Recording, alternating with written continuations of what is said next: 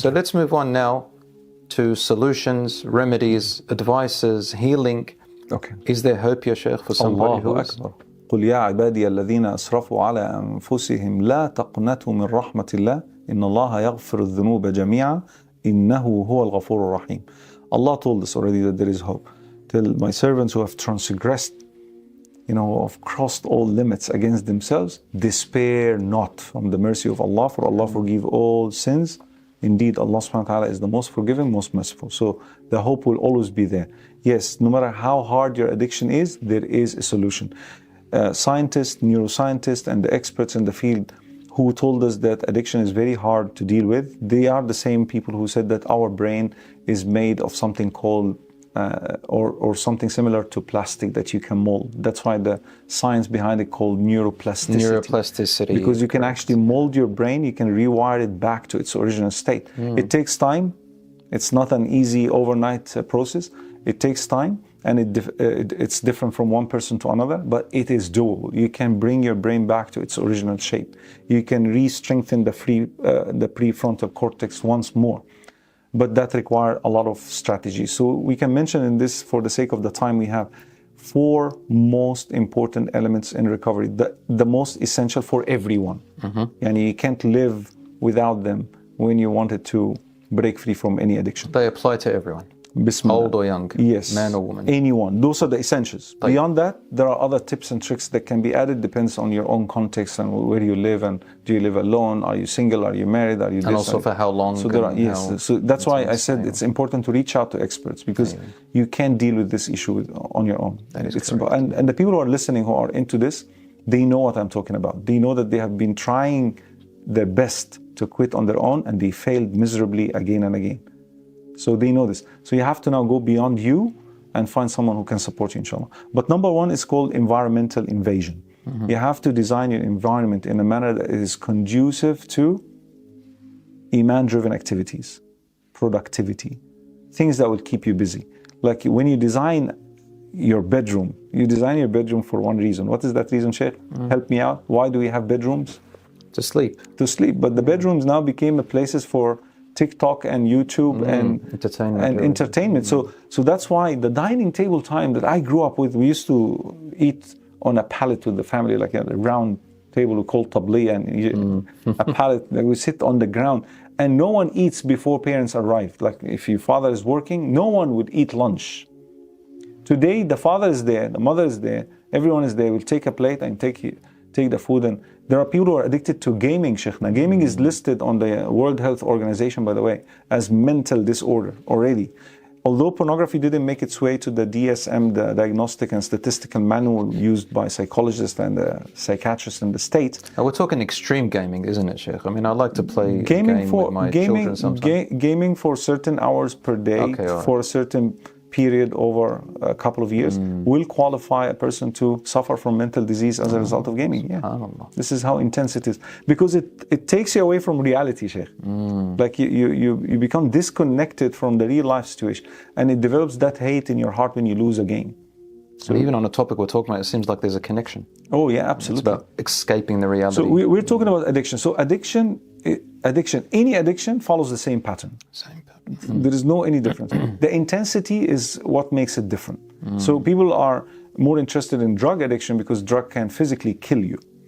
Neuroscientists say that porn addiction is more dangerous than drug addictions because you cannot read the symptoms in people who are addicted. You can't say, oh, you're addicted. But a drug addict, you can identify him, you can sense that there are something happening, shivering, sweating, stealing, getting sicker, black eyes, and all these you can see that there's something going on. But with porn addicts, what are the symptoms? You can be hijabi, niqabi, bearded, religious, non-religious, anyone. So the first one is change your environment. You have to change your environment in a manner that, I always ask this question to my clients. If you happen to be in the Kaaba by yourself, alone, forget about the 3 million, 4 million people, you're alone in front of the Kaaba, will you dare opening these filthy websites and pleasure yourself? And wallahi, Sheikhna, 100% of the time, not even a split of a second thinking about the answer, saying no, impossible. Why is that so? Why is it when you are in front of the Kaaba alone, Nobody's watching you. Same, like you're in bedroom alone. What's the difference? The holiness, the environment. Of course, you'll not bring the Kaaba in your home, but do something similar.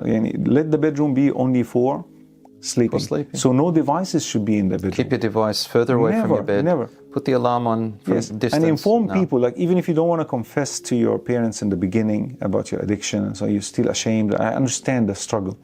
At least tell them, look, it's affecting my studies, affecting my sleep. I don't want you to give me that phone in my bedroom. You be a man, you be a woman. There has to be discipline, and for this you can't. So get out of that denial stage that I can do it on my own. Like be honest. You can't. It's finished. It's done deal, wallah.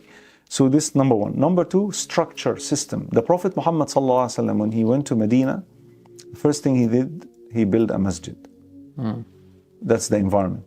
And this masjid was for not just salah, right, Sheikh Belal? I think you can highlight that even better. Yeah, the masjid is for all community activities. To a point that people complained about the distance between their homes and the masjid. They say, like, we're very far, we're living very far, and the masjid is, can we pray somewhere? He say, for every step you take to the masjid, Allah subhanahu wa ta'ala is giving you the reward. And the reward is multiplied by 10. Allahu Akbar. And salah in the masjid is 27 degree higher than salah individually. You see? System. Why we pray 5 times a day. Why we have Ramadan. Allahu Akbar. The month of training. So that we can get out of these addictive behaviors and all these bad habits to restart our heart. SubhanAllah. So have a system in life and stick to it. Wallahi, my brother, when my wife embraced Islam, we went to the Philippines. And the first time her family members and the friends and the neighbors saw her with hijab, they start mocking her. Because they knew who she was before Islam. They know how she used to wear and so on. So they started making those fun, like, oh, where is your camel now? Why are you wearing a tent? And so on. My wife was so quiet, so quiet, so quiet. When the environment, when the people around her realized that she's dead serious about her faith, guess what? They started helping us practicing Islam. Pork was made prohibited to enter that home. All the statues of Mary and Jesus, because they were from a Catholic background, were actually taken away because of our feeling. Because we wanted, when we pray, we always go out. They wanted also to provide an environment that's helpful for us to pray. They used to knock our doors and say, oh, we find halal food for you. So the bottom line is, when you have a system that is known to everyone, that this is who I am, I don't care about the norm. I don't care about the majority, because Allah subhanahu wa ta'ala said in the Quran, وَقَلِيلٌ مِّنْ عِبَادِيَ الشَّكُورِ. Very few among my servants are grateful. Will you be among the majority or the minority now? You will have to jump with the minority, because Allah praised them. So it doesn't matter what people are doing, you be who you are. You are a Muslim and you are trying to please Allah subhanahu wa ta'ala to the best of your ability.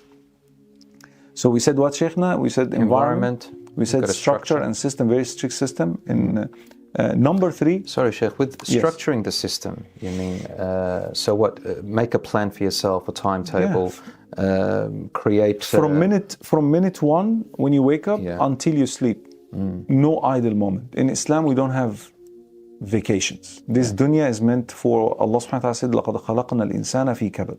Even if you want to entertain yourself, you have to entertain yourself in a manner that's pleasing to Allah subhanahu wa ta'ala, not to jump on movies and songs and you see. So even if you want to chill, but in a halal manner. You don't just chill anyway. So a system that can restrict you and close all avenues that may lead to relapses. Take up a hobby, learn a new, for example, let's say a new software, for example. Learn, when I say software, like, why don't you go on the internet and learn how to make videos, for example? I have friends who actually developed my app, the Aware app, which is still under development, but we are now working on an application to also send notification to people to remind them of their goals and so on and so forth. Still working on it. So whatever you wanted to learn, whatever you wanted to do that is beneficial, go for it, but fill your schedule. You see, there's something very important I maybe forgot to say. Isolation is number 1 enemy to your sobriety. Being alone is number 1. That's why الشيطان مع الواحد وهو من الاثنين أبعد. Umar al-Khattab radiallahu anhu narrated that shaitan will always be with the individual, and he's farther away from the 2. So if you have 5 in your circle, if you have 1, so this is another step coming. So environment, structure your day, your life. Number 3 is ignoring the pain associated with good actions. ignoring the pain associated with good actions. And I always bring the example of athletes here. Those people who go to the training, in the gym. I like football, soccer, so I follow those players, and sometimes I read their biographies to learn how they maintain that mental fitness. Like, they are prevented from ice cream, from their favorite food and all that. Why? Because they have a goal. They want it to be on the pitch. They don't want to be on the bench. So they go for 5-6 days training for the sake of 90 minutes match. So the training is so intense and not enjoyable. It's not enjoyable. It's painful. It's hurtful. But that's what it takes to get you on the pitch and to perform. You see, subhanAllah. So you need to ignore whenever you feel like, I'm bored now, I want to do something. No. Keep pushing your limits. This is a psychological tip, which is the hardest in all the tips. You need to work. That's why we said we need to work with a counselor or a coach to help you develop that mental strong willpower to help you push your limits, inshallah. So you're talking about, let's say, the 5 daily salat. Yeah. There's pain involved in it, in the sense that you have to wake up. Yes. Fajr masalan. Yeah. Are you saying, so when you create a schedule for yourself and you start to busy yourself with things that are important and benefit you, you're going to think about, the pain that's involved, such as you're not going to sit entertaining yourself too much, or maybe you have to move around and do things. So, or even, Sheikhna, you're about to wake up, you heard the adhan for Fajr, but you didn't sleep early, for example. You slept at 2 or 3 a.m. and you heard the adhan 2 hours later. And you found yourself exhausted, tired, almost blind. Yeah? You're on the bed is so sweet. You ask yourself the question, is what I'm about to do is important or is it not? If the answer is absolutely, it is essential, do it anyway. As they say, the brand, do it anyway. Doesn't matter. Tired, not tired, headaches, not headaches. Do it anyway if it is essential. This is what it means by ignoring the pain associated with studies, Sheikhna. You and I, until now, alhamdulillah, we sit with books and we study and we try to memorize concepts. Is it fun? No, of course not. Do we feel like dancing? No, I don't wait for motivation. No, if you're going to wait until you're motivated, you're not going to do so anything. You have a vision, you have something that, I'm doing this because this is my plan in 2 days time, in 3 days time, in a year time. Doesn't matter. We push our limits because of the goal behind this. The goal is it. So ignoring any pain associated with good action. And the final point, Sheikh, now, which we touched on, is people. Involve people. Now, you can't, as we said, you can't quit on your own, so you have to tell someone that you trust. Do not tell someone on Facebook, on Twitter, or on those platforms. Tell someone in your midst that you trust. Someone who will show empathy and sympathy to you and will try to find a solution. Someone who will become your partner. If you're married, if you're a male married, tell your wife immediately. Don't hesitate. Most of the couples that came to me, the sister is willing, more than willing, to support the husband who is addicted to this. If you are a sister addicted, don't tell your husband immediately. You don't? Yeah, so you know him better than me. So if you know your husband who will not react in an aggressive manner, go and tell him. You know him.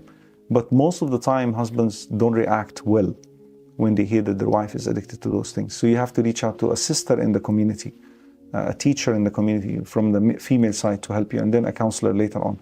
But don't immediately, but you have to tell someone. The bottom line is you have to have someone in your surrounding who knows about your problem to monitor your behavior.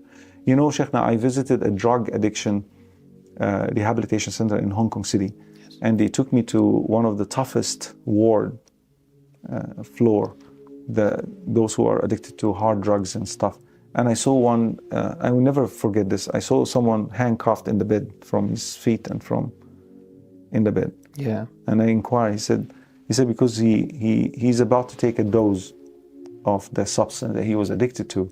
Because in drug addictions, you can't just quit cold turkey.